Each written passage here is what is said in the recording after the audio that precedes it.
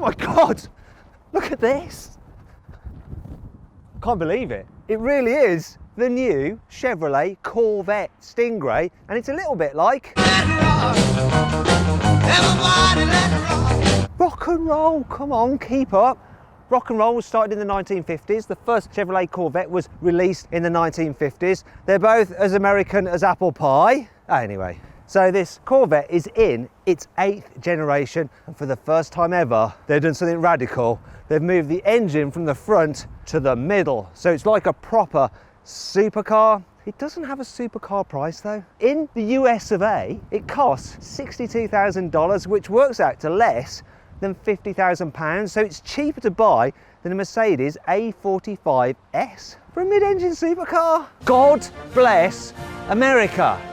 Unfortunately, we can't get them in the UK. They'll probably come in a year or two. Until then though, you can actually get them in the UK if you visit a dealership called Clive Sutton. They're the people that have lent us this car, and if you follow the link in the description, you can go check out their website. Thank you, Clive. Looking forward to reviewing this.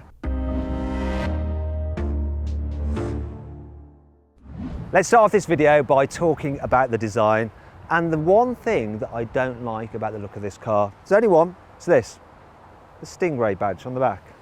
Just seems a bit tacky. The rest of it I love though, especially the fact that you can peer through that screen and see the big V8. I like the shape of this rear screen actually, and the fact you've got vents there to help cool the engine. Spoiler's good, back end's really smart. It looks a little bit like a transformer to me. The shape of the tail lights, which are LEDs by the way, it's got that kind of transformery look, hasn't it?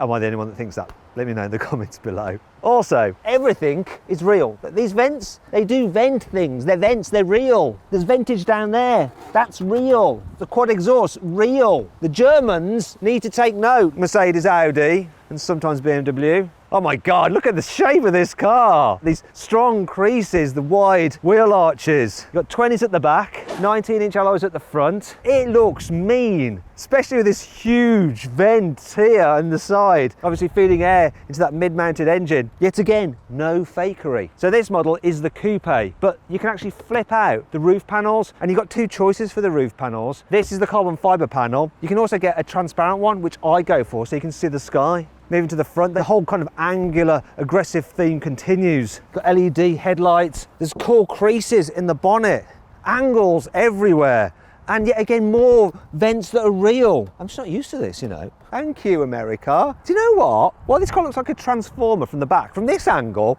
I'm now seeing a Ferrari 360 that's been drawn with a ruler. Can you see that? Anyway, let's check it out on the inside. I love the look of it. You can get 12 different paint colours, but I really like this red. Nope, remember Matt? It's a USA car, so it's left-hand drive. Got to get in on this side. I like the door handles, just a button underneath here. Let's get in, check it out. Now, as a British person, I feel compelled to criticise this American car's interior build quality, because after all, they can't put things together properly over there because they don't have a monarch. Yeah, we haven't forgiven them for that tea party in Boston. If I'm being honest, it's actually really good in here. Lots of metallic bits like the covers for the stereo speakers, shiny bits on here, nice metallic stuff here. The paddles, they're metallic as well. I do actually really like it, and I like the design as well. People say that in sports cars you feel cocooned. In this you really do. I mean, this big central tunnel, the way everything's wrapped around you, you do feel genuinely cocooned without it just being a motoring journalist cliche. I like the steering wheel as well, or shall I call it a steering square. The column is electrically operated as well. Premiumness. Now I should point out that this particular car is the range-topping LT3, so it adds stuff such as Alcantara headlining, leather on the dash, which is lovely, and these glorious electrically adjustable sport seats. It's obviously very expensive, isn't it? Though, actually no, in America, $77,000, so £60,000, and this feels more expensive inside than a £60,000 car. I like the fact that when you're sat in these seats, getting nice and low, you still get a good view out because the dash is low. I love these little vents, look, really thin vents. There's only one thing I don't like, and it's this. The buttons for the climate control down here, it's just a bit odd. Now I'm all for a physical button for your climate control so you can press it dead easy when you're driving. However, the screen on this car is so close to you that you could easily have it in the touchscreen and just prod it like that, just as easily. In fact, easier than going like that and trying to find the right button. In fact, this infotainment system is very good, you know. It's bright, it's easy to use, it's got Apple CarPlay and Android Auto, so that's what you're going to use. You've got digital driver's display as well, which looks good, has plenty of menus. It's nice. It's hard to fault this car. Maybe I can find something wrong with its cubby spaces. So let's go through those. Well, there's a mobile phone charging slot here, and the range stopping car gets wireless charging. Underneath here, if you don't have wireless charging, is just one USB socket. Oh no, there's a USB-C as well. There's some cup holders under here where there's room for your drinks. My only query is are they big enough for those huge, big bladder buster drinks that you get in America? I'm sure they've tested those out. What about the door bins? No, they can't even fit a bottle this size. That's a bit crap. Glove box. That's better though, look, plenty of room in that. All good. Well done, Corvette. What about load luggage capacity? Right, I bet we're going to fail here. Oh look, this is how you open the door. You press this button here. Now I'm not going to do the usual motoring journalist joke of going to the I was going to say, I wasn't going to do the joke where I pretend to go to the back of the car where the boot is because it's not there. But the cameraman, Lewis, made that error. And that was genuine. No, I've made an error. I forgot to open the boot before I come here. Give me a moment, sorry. All right. So, luggage capacity. Please don't expect much. Here it is, your front boot, also known as your fruit, or if you're in America, your frunk, your front trunk. It's not the largest thing, is it? You're not going to fit much in there. I suppose it does have some things that you can hang stuff off, and there's also a 12-volt socket, plus an emergency release in case somebody bundles you into the front boot and you need to get out. Though I don't know how you'd fit a human in there, unless you've chopped them up into lots of different pieces, and then they wouldn't be able to press that button anyway. Anyway, there's not much space. But there is, because actually there is a boot at the back. I double bluffed you, Lewis. I double bluffed you. God, I forgot to open it again. I knew it, man. I knew it. It's me. Really? No, he's not. He's not. Right. I'm stupid though, because I tried to open. I tried to open it from the spoiler. I'm a professional car journalist, I am. I know lots about them and how to operate them all. So there's a lot more space now when you combine the two compartments, front and back. You've got 357 litres, which is more than you get in something like an R8 or a Porsche 911, and even more than in the boot in an AMG GT. Now, you know I told you that this car had a removable roof panel. I'm going to remove it. I'm going to go topless. I'm not going to take my top off. I'm going to do this. I unclip this bit, and then I unclip this bit. I'm not used to manual labour, me. And I'll press the button here. And then I'll do my best to lift it without dropping it. Come on, don't drop it. Do not drop it. It's carbon fibre, Matthew. Oh God, this is heavy. Oh, it's not. It's because I was holding it away from my body. I'm not that weak. Right. Come on. Then you gingerly put it in there because it's going to be expensive to replace. I've got to ship one all the way from America. Try and find the locating lugs. Yes. Yes, and there we go, it's secured in there. But now you really do have a lot less luggage space. And that brings on to 5 annoying things about the new Corvette. If your battery dies and you can't open the doors because they have an electrically operated catch, don't worry because there is a manual override. And when you're on the outside of the car, you can open the car using a key up in there. That's elegant. What's not so elegant though is the one for if you're inside the car, because the releases are these big pieces of plastic which just look a bit horrible in the footwell. In Europe, we need a front number plate, and so there's this plinth that fits onto the front of the car. It looks horrible, really, doesn't it? Now, in some places in America, they don't need a front number plate, and that is replaced by this panel here, which is more angular and jagged and will just look better. In fact, here's a cutaway of what it would look like without that there. It's nicer, isn't it? The stalks for the door mirrors aren't actually the same length. It's weird. Maybe if you're American, you can tell me in the comments below why that might be. The 12-volt socket inside the cabin is hidden away under here. Yeah, it's there. Why? Why is it there? The Corvette is an absolute bargain in America. Not so much here though.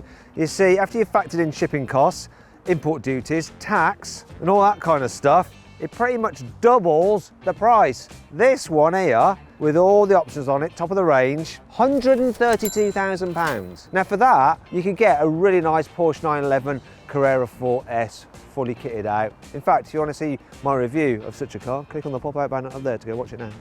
Don't worry, there's still plenty to like about this car. Here's the Carwow 5 core features. This car gets loads of standard equipment. For instance, it's got a heads-up display and lots of cameras to help you see around the car for parking and stuff like that, which is great. And if you're worried about being able to see in that rear view mirror out that tiny back window, look, there's a camera feed as well, so you can always see behind you. The fruit tub and the boot tub, plus parts of the dash, are made out of a lightweight fiberglass material called float. Now it's named that because it's so light that it floats on water. It all helps keep the weight down on this car. In fact, it weighs just over 1.5 tonnes, which isn't too bad really. You can get a nose lift for this car, and it raises the car by 40 millimeters at the front in just 2.8 seconds. It's very quick. And you can operate it while you're driving at speeds of up to 24 miles an hour. You can actually link it to the satellite navigation system and it will remember 1,000 different locations. So as you're driving along, it'll automatically lift the nose, or as you're pulling up to your driveway, if it's steep, it will know that you're there and lift the nose. Brilliant. This glass screen is actually cantilevered, so you get this gap here and it allows hot air to vent from the engine bay. And check this out, right? Look. The boot has soft close. The car has a feature called Performance Data Recorder, which is really cool. When you're on track, you can use it to time your lap. But better than that, you also use the forward-facing camera to record your lap as you're going round. And you can change the graphics that you have on there, and then you can save it on an SD card and then upload it to your computer. When you're on the road, you can actually switch that over to a dash cam, so if you have an accident, you can use it in a court of law. Finally, we come to the reason why we're all here. It's this mid-mounted 6.2 litre naturally aspirated V8, which is rather nicely presented here and surrounded by some carbon fibre. So this drives the rear wheels and it puts out 490 horsepower and 630 newton meters of torque. However, this particular car is fitted with the Z51 pack, which gives you better cooling and a freer flowing exhaust, and that increases the power to 495 horsepower and 637 newton meters of torque. It also means that you get an even nicer sound from the exhaust. So let's hear it. Go on, start it up.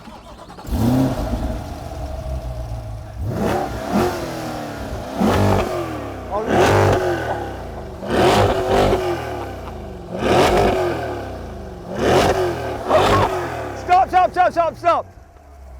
I tell you what, European turbocharged cars do not sound like this naturally aspirated, good old American V8. It's insane. Now the C51 package also includes bigger Brembo brakes over the standard Brembo brakes. You also get a reduced final drive. Now that does mean that your top speed falls from 194 miles an hour to just 184 miles an hour. Oh, boo-hoo, dry your eyes. It does mean that acceleration is improved though.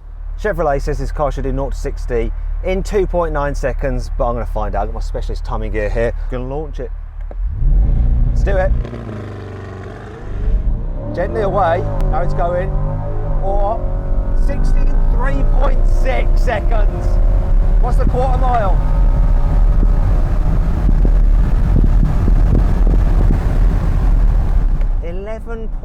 .8 seconds. Thought it would go quicker. Kind of the opposite to the German cars, which seem to be subdued in noise and overperform. Let's try it again. Come on. That was a bit better. What are we going to get? Oh, can't see my seatbelt.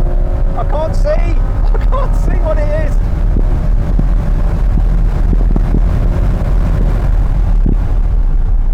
Okay, we got 0 to 60 in 3.64 seconds and the quarter mile in 11.77. Do you know what? I have got the traction control still on a bit.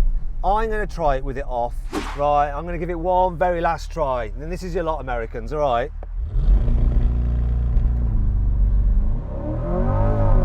No excuses, that was a good launch. Got a good time, better than before.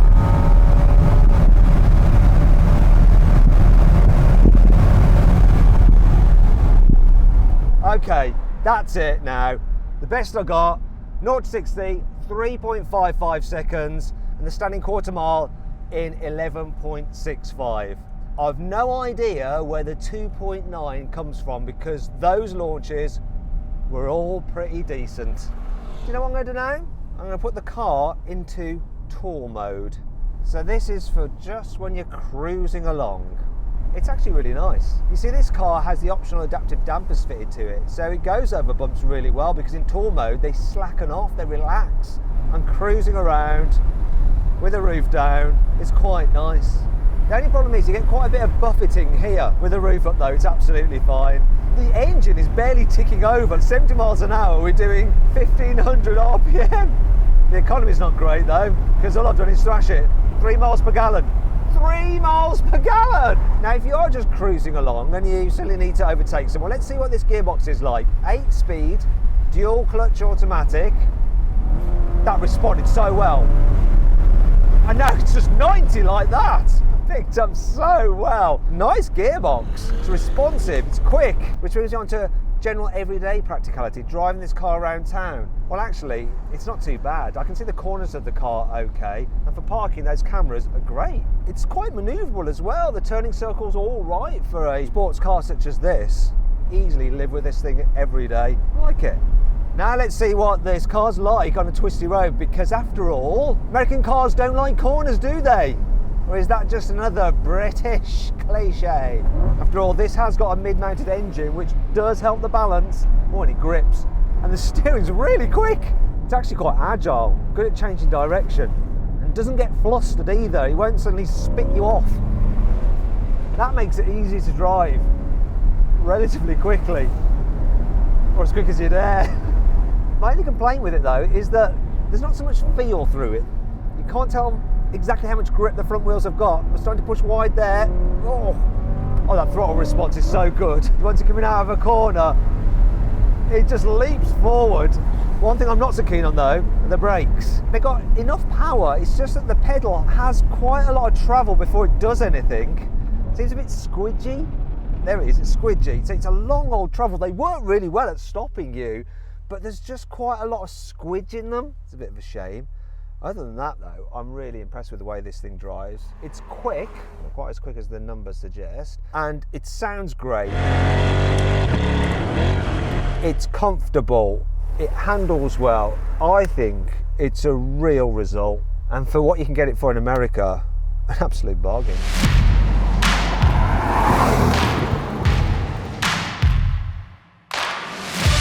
So then, what's my final verdict on the new Corvette Stingray? Should you avoid it? Should you consider it? Should you shortlist it? Or should you just go right ahead and buy it? Well, I reckon if you live in America, just go right ahead and buy it. It's an absolute bargain. Here in the UK though, you should just consider it. You see, the starting price from Clive Sutton is £95,000, which is quite a lot of money, but you may be willing to pay that if you want a sports car that really no one else in the UK has. Now if you want to see more videos, click there. Also, if you want to, click on that box there to download the CarWow newsletter. So what we'll do with that is we'll send you an email with all our latest stories which are on our website. So when we can't actually give you some information on new cars through video, we can do it